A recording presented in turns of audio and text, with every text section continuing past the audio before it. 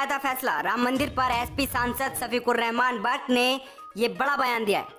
जी आपको बता दूं, समाजवादी पार्टी के सांसद शफीकुर रहमान ने कहा है कि मोदी सरकार ने अपनी ताकत के बलबूते पर बाबरी मस्जिद के पक्ष में जो फैसला था वो राम मंदिर के पक्ष में कराया है।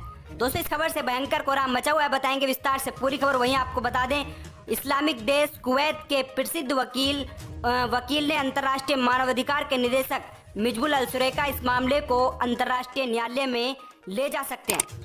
दोस्तों, इस खबर से भी बाबरी मस्जिद के एक बार फिर मुद्दा उठ सकता है, बताएंगे पूरी खबर विस्तार से। वहीं आपको बता दें, सुप्रीम कोर्ट से विजय माल्या से जुड़े दस्तावेज गायब। यानी सुप्रीम कोर्ट से विजय माल्या जो भगोड़ा है लंदन को लेकर, भारत का बहुत सारा रुपया जो लंदन लेकर भागा था, उसके सभी सबूत सुप्रीम कोर्ट से गायब कर दिए हैं। इसलिए उसकी सुनवाई 20 अगस्त तक रोक दी गई है। दोस्तों, बताएंगे सभी खबरों को एक एक कर विस्तार से। लेकिन अगर आप गोदी मीडिया और मोदी सरकार की नीतियों का विरोध करते हैं तो वीडियो को लाइक कर दीजिए और सच सबसे तेज को सब्सक्राइब कर पास में लगे बेल आइकन को भी दबा लीजिए, जिससे जो खबर आपको गोदी मीडिया नहीं दिखाए वो आपको इस चैनल पर सबसे पहले देखने को मिले। तो दोस्तों, जान लेते हैं पहली बड़ी खबर। जी हाँ दोस्तों, पहली बड़ी खबर मैं आपको बता दूं, समाजवादी पार्टी के सांसद शफीकुर रहमान बर्क ने गुरुवार को कहा कि अयोध्या में बाबरी मस्जिद थी और हमेशा रहेगी। उन्होंने कहा, मुसलमान मोदी योगी के नहीं अल्लाह के भरोसे हैं, संगे बुनियाद से मुसलमान को खौफ खाने की जरूरत नहीं है। इसके साथ ही सुप्रीम कोर्ट के फैसले पर सवाल उठाते हुए कहा कि नरेंद्र मोदी सरकार ने ताकत के बलबूते संगे बुनियाद नींव रख ली है और कोर्ट से भी अपने पक्ष में फैसला करा लिया है। शफीकुर रहमान बर्क ने कहा, यह कानूनी इंसाफ नहीं है बल्कि हमारे साथ बहुत बड़ी नाइंसाफी हुई है, लेकिन हमने सब्र से काम लिया है। आज भी हम अल्लाह के भरोसे पर हैं। ये उम्मीद करते हैं कि इंशाअल्लाह ये जगह हमेशा मस्जिद थी, मस्जिद है और मस्जिद ही रहेगी। इसको कोई भी मिटा नहीं सकता है। वहीं आपको बता दें, कल असदुद्दीन ओवैसी का भी एक बयान सामने आया था। ओवैसी ने बुधवार की सुबह ट्वीट करते हुए लिखा कि बाबरी मस्जिद थी, है और रहेगी इंशाअल्लाह। साथ ही साथ उन्होंने बाबरी जिंदा है। साथ ही ओवैसी ने अयोध्या में राम मंदिर के भूमि पूजन पर कार्यक्रम में प्रधानमंत्री नरेंद्र मोदी के अपने आधिकारिक क्षमता से शामिल होने को गलत बताते हुए आरोप लगाया कि उन्होंने न सिर्फ मंदिर बल्कि हिंदू राष्ट्र की भी नींव रखी है। ओवैसी ने कहा कि यह दिन स्वतंत्रता और समानता पर बहुसंख्यवाद की जीत के तौर पर याद किया जाएगा। ओवैसी ने कहा कि ये भावुक है क्योंकि जिस जगह आज भूमि पूजन हुआ है वहाँ मुस्लिम कब्रिस्तान था। ओवैसी ने कहा, मैं भावुक हूँ प्रधानमंत्री जी, क्योंकि अपने संविधान की मूल संरचना को बनाए रखने कर अपने संवैधानिक दायित्व को पूरा तरह से त्याग दिया है। भारत के प्रधानमंत्री जी, क्योंकि आपने अपनी शपथ तोड़ी है, इससे आप संविधान की रक्षा क्या करेंगे।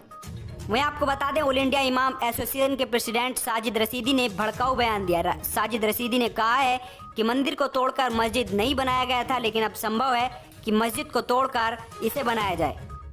न्यूज एजेंसी एनआई के अनुसार रशीदी ने कहा, इस्लाम कहता है कि मस्जिद हमेशा मस्जिद रहेगा, कुछ और बनाने के लिए इसे नहीं तोड़ा जा सकता। हमें भरोसा था, ये था और हमेशा मस्जिद रहेगा। मस्जिद को मंदिर तोड़कर नहीं बनाया गया था, लेकिन अब लगता है कि मस्जिद बनाने के लिए मंदिर को तोड़ा जाएगा। वहीं आपको बता दें, all India Muslim personal law board ने एक बड़ा बयान जारी किया है। All India Muslim personal law board ने कहा है कि बाबरी मस्जिद हमेशा एक मस्जिद रहेगी। बोर्ड ने कहा कि सुप्रीम कोर्ट ने अपना फैसला सुनाया था, लेकिन इंसाफ के लिए उन्होंने सबको शर्मिंदा किया है। बोर्ड ने इसे एक राजनीति कहा है। All India Muslim personal law board ने ट्वीट कर अपना आधिकारिक बयान जारी किया है। All India Muslim personal law board के जनरल सेक्रेटरी मौलाना वली रहमानी ने कहा कि बाबरी मस्जिद कल भी थी, आज भी है और हमेशा रहेगी। मस्जिद में मूर्ति रखने और पूजन होने से उसमें बदलाव नहीं होगा। वली रहमानी ने कहा है कि लंबे अरसे तक नमाज पर प्रतिबंध लगा देने से मस्जिद का वजूद कभी खत्म नहीं हो जाता। किसी को भी हताश होने की जरूरत नहीं है। स्थिति हमेशा एक जैसी नहीं होती है। ये सब एक राजनीति है। वहीं दोस्तों, अगली बड़ी खबर मैं आपको बता दूं, प्रसिद्ध कुवैती वकील और अंतर्राष्ट्रीय मानवाधिकार के निदेशक मिजबुल अल सुरेका इस मामले को अंतर्राष्ट्रीय न्यायालय में ले जा सकते हैं। जी आपको बता दें, भारत के मुस्लिम अल्पसंख्यक बाबरी मस्जिद के फैसले के बाद खामोश रहे, लेकिन उनके खिलाफ कुवैत के वकील और अंतर्राष्ट्रीय मानवाधिकार के निदेशक मिजबुल अल सुरेका शक्तिशाली पूरे मध्य पूर्व में अयोध्या में अवैध रूप से ध्वस्त मस्जिद के पुनर्निर्माण की मांग कर सकते हैं।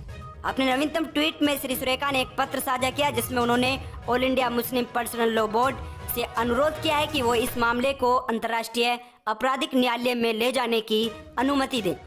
भारत के मुस्लिम समुदाय से संबंधित होने के साथ ये वैश्विक स्तर पर धार्मिक और मानवाधिकारों के उल्लंघन का भी मुद्दा है। इसलिए मैं आपसे अपने बोर्ड के अधिकृत सदस्यों की एक तत्काल बैठक आयोजित करने और हमें जिम्मेदारी देने का अनुरोध करूंगा।